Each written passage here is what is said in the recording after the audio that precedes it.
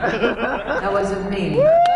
Don't want Twitter to say that was me. That's what some people say. So you know what I'm talking about. She's come to you all the way from Russia. With love, please welcome Katya!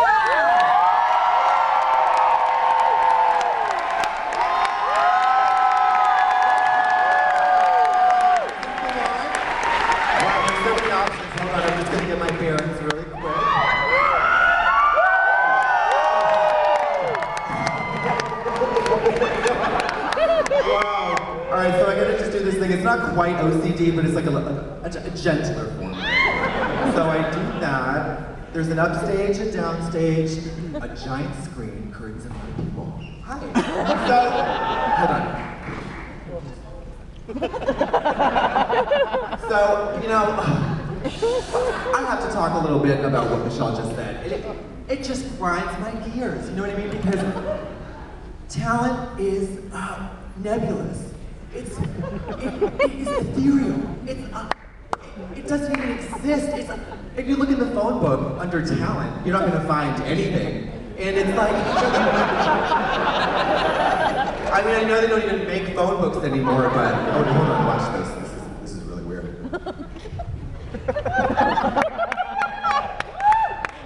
And it just stays right there the whole time.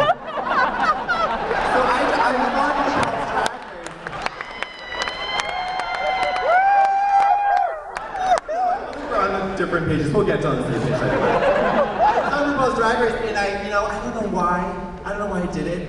And I don't know why I'm here, but I don't ask why, because I just say yes. I say yes to life, and I know that sounds cheesy, because it is cheesy, but the thing is, I used to live in a little, like, a shoebox, that's like a metaphor, but you know, a small place, and I wouldn't talk to people, and I would just like, and I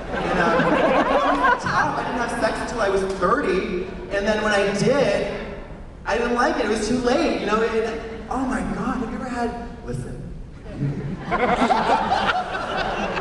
wait till you're 30, and part of my emotional insecurity involves me clutching the microphone and shit. You wait till you're 30 to have sex.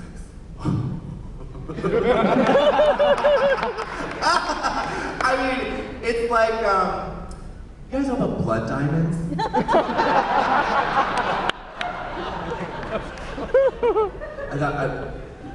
It wasn't exactly related, but I guess if you want, we could talk. I know we're not talking about blood diamonds, but it's just hard. It's hard to, it's hard. It's painful. It involves a lot of just twisted, complicated feelings, and and by the end of it, it's just like everybody's dead. Yeah, there's this big, beautiful, glimmering, shiny thing that's actually totally devoid of value, and that's sex in your 30s. It just doesn't mean anything. It doesn't mean anything, and like they say, 30s is really when you start to get it figured out. Not for drag queens though, because we don't ever really go past 14. 14, so I'm now there's 3 planes, right? Okay. So there's emotional, there's spiritual, and then there's physical. And I've always been on a physical like either Rita Rudner or Mr. Burns from The Simpsons. And that's those are two kind of those are two surfboards that are hard to manage at the same time. So I just choose Rita Rudner. It works for me. And then spiritually, do you love math? Yeah. Spiritually, I am not afraid to just, to express, to describe my spiritual inner life as a wet toilet paper roll with a dead raccoon inside it.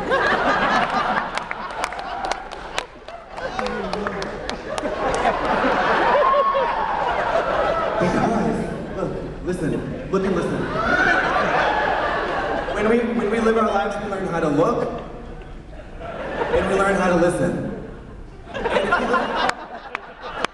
if you can't fit a dead raccoon inside just a wet toilet paper roll. It doesn't make any sense. That's the key. That's the key. So I do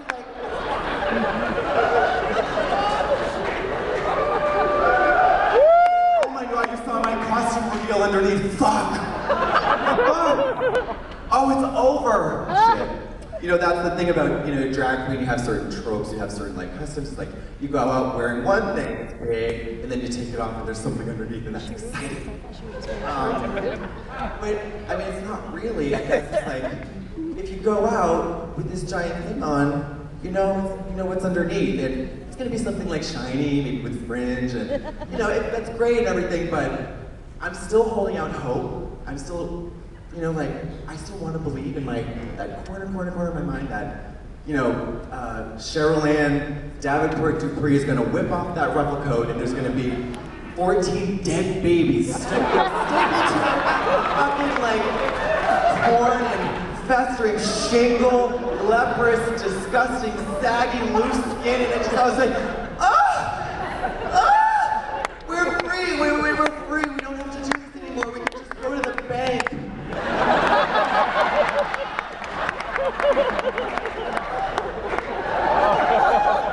don't know, oh, this is like a good space to stand. I had not seen the stage, if I just like this. I had not seen the stage prior to tonight, and I guess I'll stay here. And that's risky, you know, as a live entertainer, as someone who never, ever left the house unless there was like something real good, like really good ice cream somewhere, or, and I took a chance, and this is really tough. So I started doing drag as a character from Russia. I don't know why. Russia's not any better than any other place. It's certainly worse than some. But it's really interesting because it's huge. People all kind of look the same, except but there are others that don't, I guess. So, but there's a Russianness, and I'm not a sociologist. Of course, I'm not. I don't ever want to be one. But there's a Russianness about Russian people that I find just fascinating. I have to tell you, I wore these shoes. It's a mistake. We're gonna move on. But there's this, I don't know, there's something I connected with. It's like, oh, they are, this is it.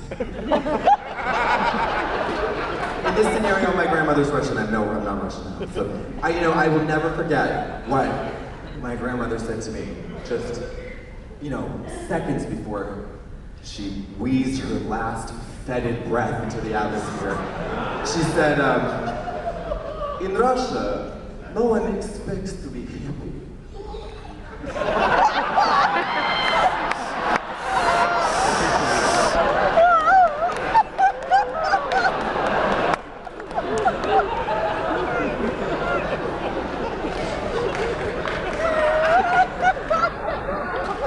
This is not Princess Leia at all. It's just like a whimsical braided do. And I think that was like what excited me about Russia, because in America we have to be like, we have to be happy all the time. That's why we're on drugs. Or at least I was. But you have this thing like, there's this, if you believe in the soul, I guess you probably believe in Santa Claus too. And in Russia, Santa Claus is a real guy. He's a real man. His name is Jerry, and it's like, they have a lot of convoluted customs. It's a very intellectually rich, tapestry of culture that, weaves itself through the centuries. Blah blah blah. And they, there's this modern folktale where this guy's name is Jerry, and he has like jurisdiction over like small villages, because he can't get a lot of stuff done. He's not super magical, and but he just wiggles down the chimney of like the little village on the east part of Ukraine, and he just sits there, doesn't bring any gifts. Doesn't bring gifts at all. Just sits there and jerks off. And I think, I'm not sure, again, I'm a sociologist, not a mythologist or whatever, I don't know what the moral is there, I think the jury's still out on that one, but, could mean something. I think they really like meeting, Russian people, so. Anyways, I want to talk about, so many things, health, fitness, I have this really cool like graphic calculator in 9th grade. But you know,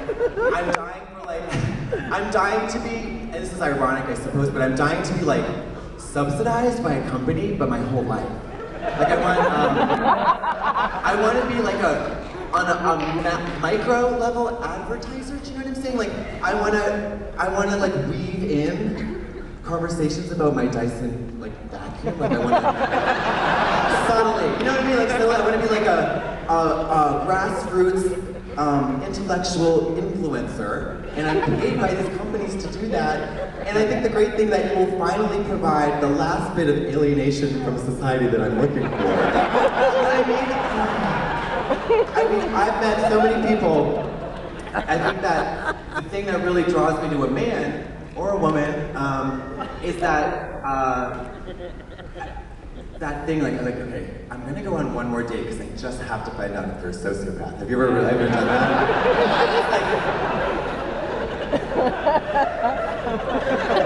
I have to know. And you know, the sex is something totally different. I don't know if that's different for men and women. There's something about men and women, ladies. Am I right? You know, it's like men and women are for a lot of them, they are two different things. You know, I mean, I'm weird, obviously, but for us, it's like kind of, you know, it's different. But